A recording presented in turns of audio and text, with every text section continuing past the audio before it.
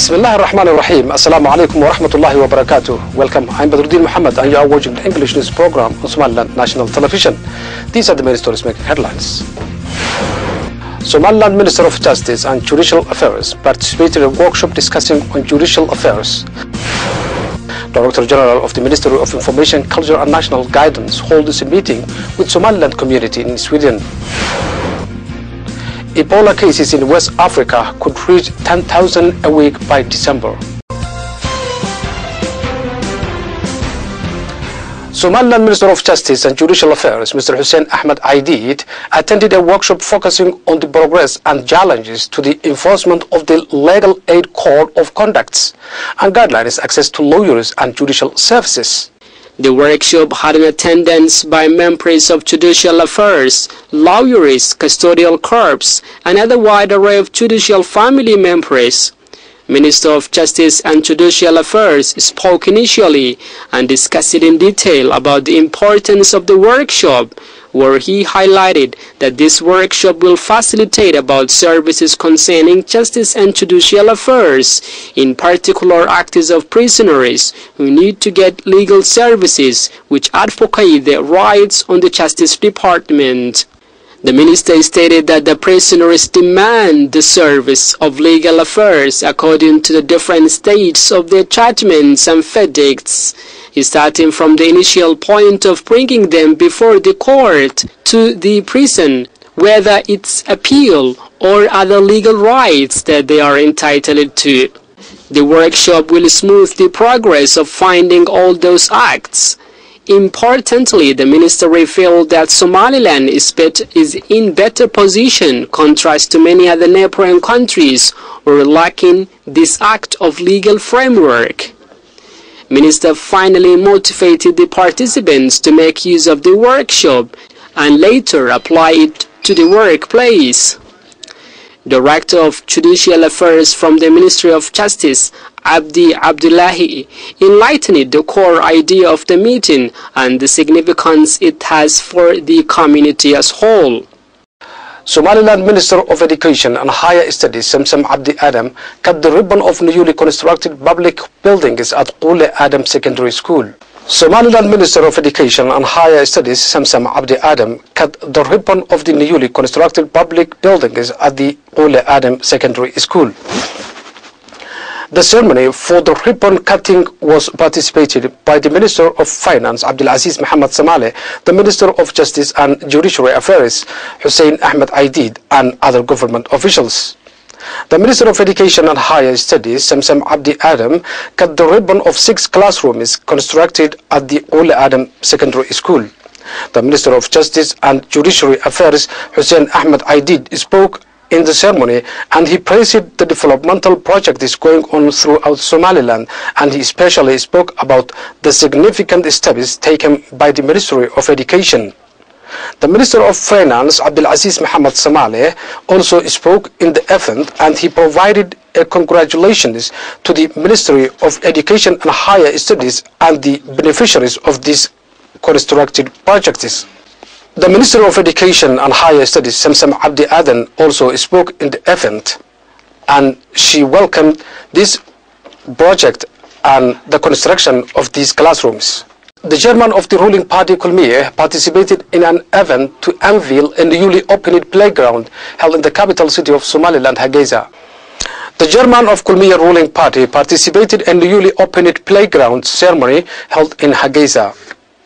The opening ceremony was participated by the chairman of Sonyo Youth Organization, Mubarak Ismail Tani, the director of the Office for Relief Affairs of the Presidency, Amina Mahmoud Diriye, and members of local municipalities, councillors of Hargeisa and Barbara. The chairman of Kulmiye Party, Musa Bihi Abdi, spoke in the opening ceremony and he welcomed the construction and the concept of this modern playground. Musa Bihi Abdi also elaborated on the significance of this kind of playground. Abdi Ismail Muhammad, who is the owner of this new playground, also explained the functions of this playground, and he mentioned that this playground will be a training club for the young players. Mubarak Ismail Tani and Amina Mahmoud Diriye have all spoken in the ceremony, and they welcome this construction of playground. Director General of the Ministry of Information, Culture and National Guidance, Mr. Mohammed Adam Ilkaase, took highly organized ceremonial event with members of the Somaliland diaspora living in Sweden. The Director General of Ministry of Information, Culture and National Guidance, Mr. Mohammed Adam Ilkaase, took highly organized ceremonial event with the members of the Somaliland diaspora living in Sweden. The meeting had an attendance by a large number of distinguished guests, including religious members, cultural leaders, members from the national political parties, and other wide array of Somaliland communities in London. The chairman of the Somaliland Community Umbrella in Sweden, Mr. Zakaria Hassan Wais, spoke for the first time and expressed his admiration of extending hospitality to the Director General of Ministry of Information, Culture and National Guidance, and thanked for the participants for their attendance. The chairman discussed about the long causal role they've played on national buildings and that they are ready to contribute on their aspects, developmental initiatives going on the country. The Director General of Ministry of Information, Culture and National Guidance spoke on the occasion and briefed the participants about the current situation of the country on aspects pertaining developmental programs and other wide array of initiatives, including the current innovations made on the different areas of the country. The Director General, speaking at the event, stated that he is highly appreciated for the courageous and the nationalistic steps which the Somaliland diaspora achieved to contribute on the developmental programs going on the country. He also stressed to elaborate for the community in Sweden about the progress and achievements made on the aspects pertaining education, health, and road development programs. Somaliland Chairman of Veteran Association holds a press conference to announce the day assigned for commemoration of SNM Day. In a press conference held by the chairman of Somaliland Veteran Associations, Mr. Hassan Abdi Mohammed, has announced that the annual assembly marking the commemoration of the Veteran Day, which has been assigned to take place on the 17th October of the coming Friday, has been delayed to the 18th October on Saturday. The chairman went on to say that this year's commemoration will be highly structured to show the importance of this day to the community of Somaliland, since it marks the honor and the memorial efforts attained by Somaliland veterans to liberate this nation and bring peace and stability it enjoyed for the last 2 decades. The chairman added that this association played a significant role in reasserting independence of the country, and added that the association is responsible all those members being part of the SNM. Conclusively, the chairman of Somaliland Veteran Associations urged the community to play a significant role in participating this day. You are still watching the English news program on Somaliland National Television, the only Somali-speaking channel with an English news program. And now our international headlines in detail.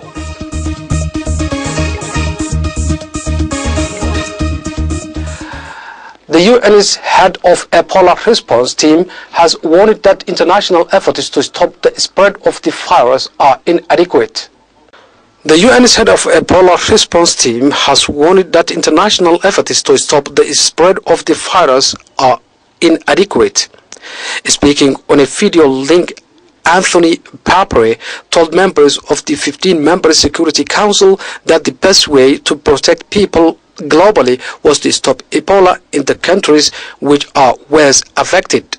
The very best way to protect the people of non-infected countries is by helping the people of Guinea, Liberia and Sierra Leone to stop Ebola now where it is.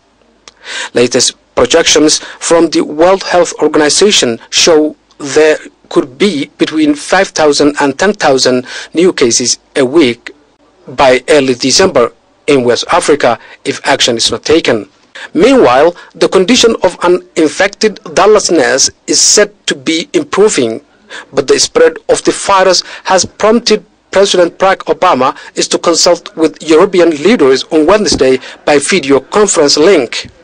He is also expected to ask Madrid, where another infected nurse is stable, if the U.S. can use its military bases there to fly troops to help West Africa in the battle against Ebola.